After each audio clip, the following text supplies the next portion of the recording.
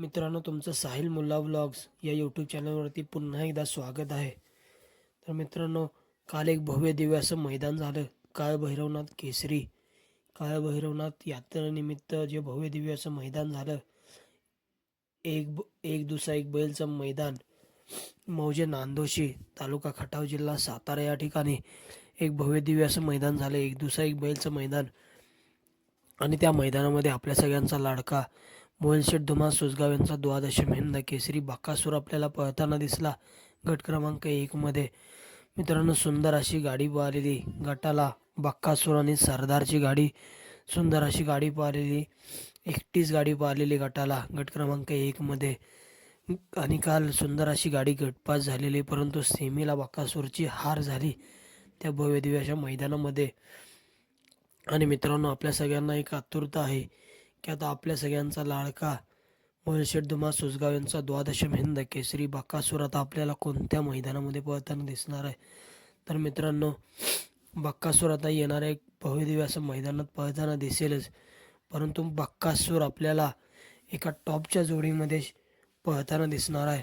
बक्कासूर आपल्याला त्याच्या शिष्यासोबत मित्रांनो पळताना दिसणार आहे.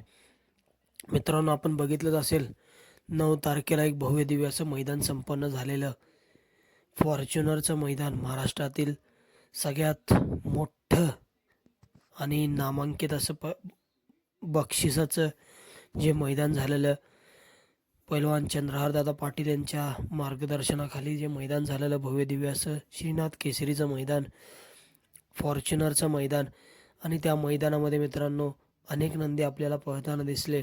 मथुर असेल, बक्कासूर असेल, कारुंड एक्सप्रेस चिके असेल, घरणीकेकरांचा राजा असेल, कंदूरचा राजा असेल, त्याचबरोबर मित्रांनो हिंदकेसरी अर्जुन असेल, आपला बक्कासूर असेल, स्वर्गीय पंढरशेठ फडके दादा सरकार विगर पनवेलांचा सर्जा दादा असेल, पुष्पराज असेल, आदत किंग, अशा अनेक मित्रांनो नंदी आपल्याला या भव्य दिव्य अशा श्रीनाथ केसरीच्या मैदानामध्ये पळताना दिसले. आणि मित्रांनो, सगळ्यांना आपल्याला एक आतुरता होती की आपल्या सगळ्यांचा लाडका द्वादशी हिंद केसरी बक्कासूरचा पहिरा त्या मैदानामध्ये कोण असणार. आणि मित्रांनो, आपल्याला एक आगळावेगळा पहिरा दिसून आलेला बक्कासूरचा. स्वर्गीय पंढरशेठ फडके दादा सरकार विगर पनवेल यांचा सर्जा दादा आणि देव बक्कासूर आपल्याला त्या फॉर्च्युनरच्या मैदानामध्ये पळताना दिसलेले. आणि मित्रांनो, एका रात्रीमध्ये मामाने नियोजन लावलेलं. आणि मित्रांनो, जेव्हा जेव्हा बक्कासूर एका नवीन नंदीला घेऊन पळतो तेव्हा तेव्हा मित्रांनो गुलाला 100% असतोच. कारण एका नवीन नंदीला घेऊन पळणं, गट पास होणं, सेमी पास होणं आणि फायनलसाठी राहणं हा फक्त मित्रांनो बक्कासूरच करू शकतो. आणि आपण बघितलं असेल मित्रांनो, त्या मैदानामध्ये बक्कासूर आणि सर्जा पळाले होते. आणि मित्रांनो, त्या श्रीनाथ केसरीच्या मैदानामध्ये चतुर्थ क्रमांकाचे मानकरी ठरलेले आपला देव बक्कासूर आणि स्वर्गीय पंढरशेठ फडके दादा सरकार विगर पनवेल यांचा सर्जा दादा.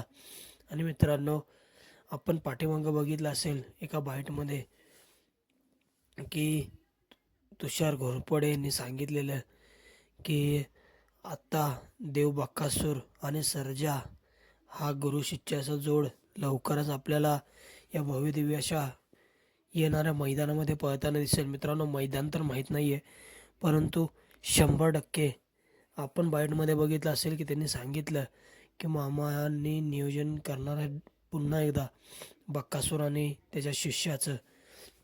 तर गुरु शिष्याचं नियोजन नक्कीच आपल्याला बघायला मिळेल. टॉपचं मैदान असणार आहे मित्रांनो. आणि लवकरच आपल्याला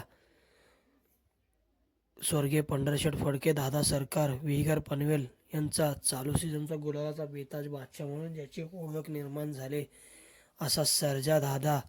मित्रांनो, सर्जा दादा कोळे मैदानातील प्रथम क्रमांकाचा मानकरी ठरला, महाराष्ट्र केसरी झाला. मित्रांनो, सर्जा दादा कमी काळात मित्रांनो एक गुलालाचा बेताज बादशाह म्हणून ओळख झाली सर्जा दादाची. आणि मित्रांनो, त्याचा गुरु मोहिलशेठ धुमाळ सुसगाव यांचा द्वादशम हिंद केसरी बक्कासूर आणि सर्जा हे आपल्याला मित्रांनो लवकरच एखाद्या मोठ्या मैदानामध्ये पळताना दिसतील. तर मित्रांनो, एखादं कोणतं मोठं मैदान असेल त्या मैदानामध्ये तुम्हाला ही जोड पळताना दिसावा ते कमेंट सेक्शनमध्ये नक्की सांगा.